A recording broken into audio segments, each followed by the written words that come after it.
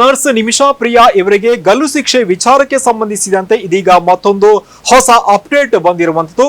ಅದನ್ನು ಸ್ಕ್ರೀನ್ ನಲ್ಲಿ ನಾವು ನೋಡ್ತಾ ಹೋದಾಗೆ ಇದೀಗ ಮತ್ತೊಂದು ಹೊಸ ಅಪ್ಡೇಟ್ ನಲ್ಲಿ ಏನಿದೆ ಅಂತ ನಾವು ನೋಡೋಣ.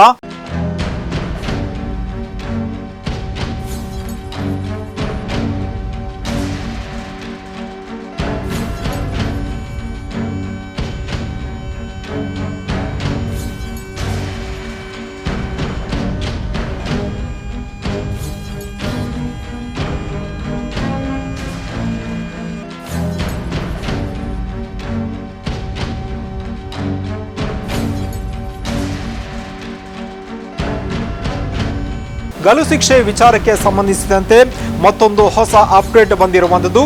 ನಾವು ಯಾವುದೇ ರಾಜಿ ಮಾತುಕತೆಗೆ ರೆಡಿ ಇಲ್ಲ, ದೇವನ ನಿಯಮವೇ ಜಾರಿ ಆಗಬೇಕು, ಹೀಗಂತ ಮೃತನ ಸಹೋದರ ಅಬ್ದುಲ್ ಫತಾ ಮೆಹದಿ ಅವರು ಹೇಳಿರುವಂತದ್ದು. ನಿಮಿಷಾ ಪ್ರಿಯಾ ಇವರಿಂದ ಕೊಲೆಗೀಡಾದ ತಲಾಲ್ ಇವರ ಸಹೋದರ ಅಬ್ದುಲ್ ಫತಾ ಮೆಹದಿ ಬಿಬಿಸಿಗೆ ನೀಡಿದಂತಹ ಸಂದರ್ಶನದಲ್ಲಿ ಹೊಸ ಹೇಳಿಕೆಯನ್ನ, ಹೊಸ ಸ್ಟೇಟ್ಮೆಂಟ್ ಅನ್ನ ನೀಡಿದ್ದಾರೆ. ಅವರು ಅದರಲ್ಲಿ ಹೇಳಿರುವಂತಹ ಒಂದು ಪಾಯಿಂಟ್ ಏನಿದೆ, ಮತ್ತಷ್ಟು ಈ ಒಂದು ಶಿಕ್ಷೆ ವಿಚಾರಕ್ಕೆ ಸಂಬಂಧಿಸಿದಂತೆ ಯಾವ ತಿರುವು ಪಡೆಯುತ್ತೆ ಎಂಬ ಕುತೂಹಲ ಮೂಡಿಸಿರುವಂಥದ್ದು.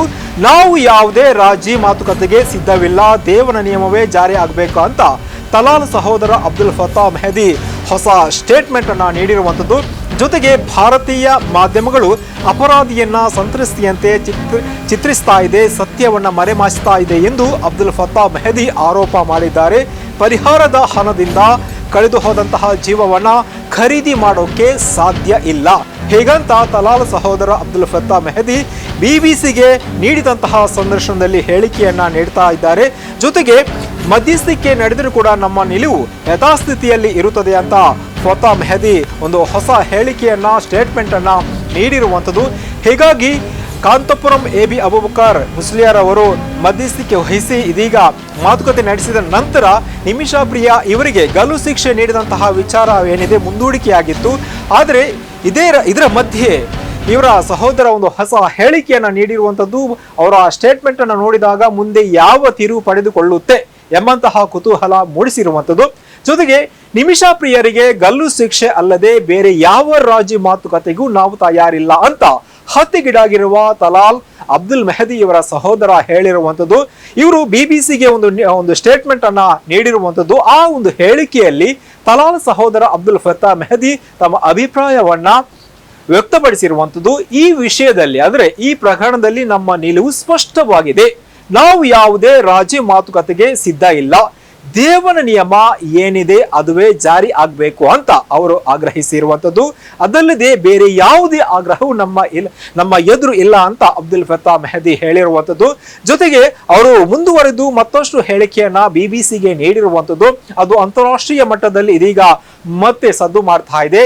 ಈ ಕ್ರೂರ ಕೃತ್ಯ ನಡೆಸಿರುವುದು ಮಾತ್ರವಲ್ಲ, ಇದರ ಬಳಿಕ ದೀರ್ಘಕಾಲದವರೆಗೂ ವಿಚಾರಣೆ ನಡೆದಿರುವುದು ನಮ್ಮನ್ನ ಸಂಕಷ್ಟಕ್ಕೆ ದೂಡಿದೆ ಅಂತ ಅವರು ನೋವನ್ನ ತೋಡಿಕೊಂಡಿದ್ದಾರೆ. ಅಪರಾಧವನ್ನ ಸಮರ್ಥಿಸಲಾಗ್ತಾ ಇರುವುದು ಮತ್ತು ಅಪರಾಧಿಯನ್ನ ಸಂತ್ರಸ್ತಿಯಂತೆ ಚಿತ್ರೀಕರಿಸ್ತಾ ಇರುವುದು ಮತ್ತು ಸತ್ಯವನ್ನ ಮರೆಮಾಚುವ ರೀತಿಯಲ್ಲಿ ಭಾರತೀಯ ಮಾಧ್ಯಮಗಳು ನಡೆದುಕೊಳ್ತಾ ಇದೆ. ಇದರಿಂದ ನಮಗೆ ಬಹಳ ಇದರಿಂದ ನಮಗೆ ಬಹಳಷ್ಟು ದುಃಖ ಆಗ್ತಾ ಇದೆ ಅಂತ ಅವರು ಹೇಳಿರುವಂಥದ್ದು. ಜೊತೆಗೆ ಸಾರ್ವಜನಿಕರನ್ನ ಭಾವುಕರಾಗಿ ದಿಕ್ಕು ತಪ್ಪಿಸ್ತಾ ಇದೆ, ಹೀಗಂತ ಅವರು ಭಾರತೀಯ ಮಾಧ್ಯಮಗಳ ವಿರುದ್ಧ ಗಂಭೀರವಾದಂತಹ ಆರೋಪವನ್ನ ಮಾಡಿರುವಂಥದ್ದು.